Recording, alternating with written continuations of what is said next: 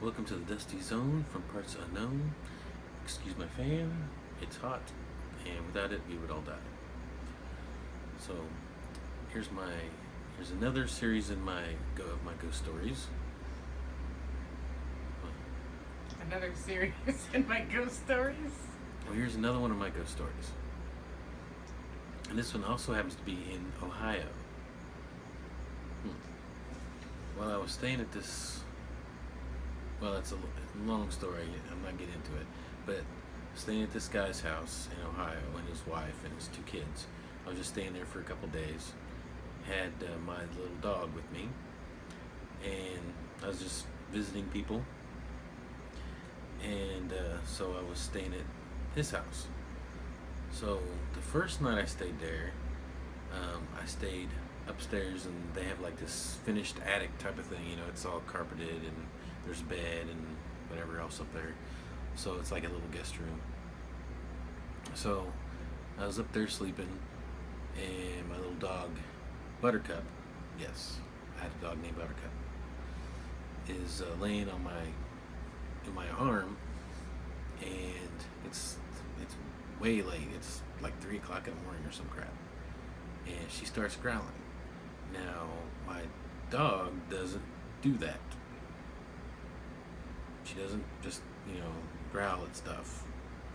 She usually just she usually just sleeps through the whole night. And anyway, she starts growling, and I'm like, what the hell's going on? I'm thinking someone's sneaking, coming up the stairs because he's got kids or whatever. I thought maybe they were sneaking up the stairs or something. And I look up, and I see like this, like, apparition, like a full-bodied apparition, and they're in front of, there's like this mirror that's a full-length mirror, and I can see it. I can't hear it, but I see it screaming at itself in the mirror, which is really odd. And it does this for a long, long time. And my dog is not too keen about it. So I put the dog on the floor, and I just cover my head up with pillows so I can freaking sleep. And then the next morning, I didn't think anything about it because all kinds of odd shit has happened to me over the many years. So, it's just another thing. And okay, so the next night, I sleep downstairs on the couch. So, because it's like really, really freaking super hot in the attic. So I'm sleeping on the couch, and again, now in their house they have like this, like a big huge dog that they've got like in the kennel in the living room, and then they've got some sort of rabbit in a big huge cage on the floor, and they have a couple other animals, and of course there's my dog. But this time Buttercup didn't do anything. I just kind of like, I felt like I was being watched or something, so I kind of like sit up, and I got really good night vision. So I'm looking over towards looking towards the kitchen, and I can see this black shadowy figure kind of just standing there, and I'm like, okay. And so I lay back down, and I go to sleep, and then I wake back up, and I look towards the kitchen, and that thing and there's a big black shadow still standing there in the same spot.